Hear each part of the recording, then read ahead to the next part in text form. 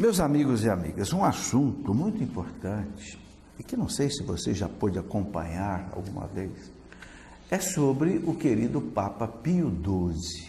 Quem foi o Papa Pio XII? Foi o Papa durante a Segunda Guerra Mundial. E esse Papa, depois que acabou a guerra, ele foi muito acusado pelos comunistas, principalmente, de ter sido omisso na defesa dos judeus na Itália, e que por causa disso muitos judeus teriam morrido, né, naquela chacina de Hitler na Itália, o que é uma grande mentira. A todo instante saem novos livros, novas pesquisas, novos artigos dizendo que é o contrário, que o Papa Pio XII, né, Eugenio Pacelli era o nome dele, ele salvou a vida de mais de 700 mil judeus em Roma, quando Hitler invadiu a Itália. E eu tenho aqui comigo um último depoimento, um último artigo, um último testemunho de um judeu a favor do Papa Pio XII. Há muitos documentos disso, mas eu quero mostrar aqui, né? O site forumlibertas.com publicou em 2007 13 declarações de grandes líderes judeus defendendo Pio XII. Eu me lembro, por exemplo, Golda Meir foi primeira-ministra de Israel, né? Depois, outros grandes judeus, por exemplo, Albert Einstein, cientista, Isaac Herzog, um grande rabino, Eugênio Zolli, e outros, e alguns historiadores judeus que defenderam o Papa Pio XII. Então eu quero aqui ler para você o que diz um desses historiadores este ano.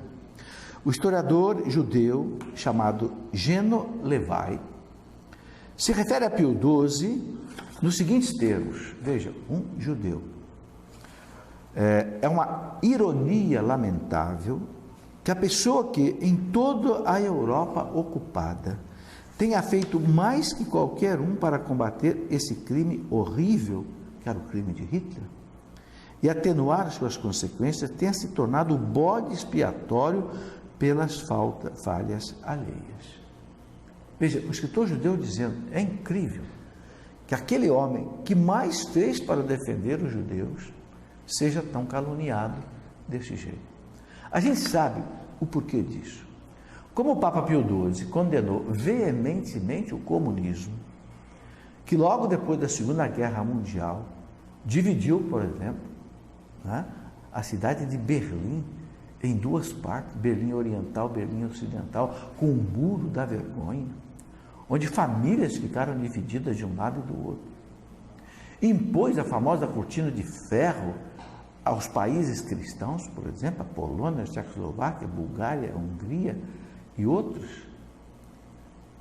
E porque o comunismo era extremamente ateu, materialista, perseguiu a igreja, os papas, e o Papa o condenou, né, nos seus escritos, então fez essa propaganda terrível contra o Papa Pio XII.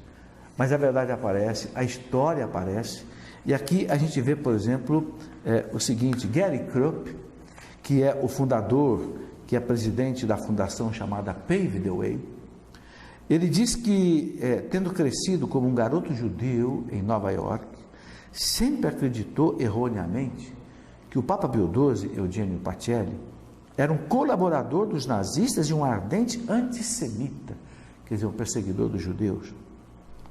Ele diz assim: disseram-nos que ele se manteve impassível e quase não agiu enquanto 6 milhões de meus irmãos de fé eram enviados para morrer nos campos de extermínio nazistas na Europa. Eu acreditei que aquilo fosse verdade. Mas aí ele diz, em 2006, por uma série de eventos providenciais, os fatos sobre o que ocorreu durante a guerra me foram revelados. Percebi que minha compreensão sobre o Papa da Segunda Guerra Mundial era diametralmente oposta à verdade. Assim, seguindo nossa missão na Fundação Pave the Way, identificar e eliminar obstáculos não teológicos entre religiões, decidimos investigar esse tema controvertido e divulgar nossas descobertas, fossem quais fossem. Aí fizeram uma série de pesquisas e descobertas e ele colocou então uma série de coisas muito interessantes, né?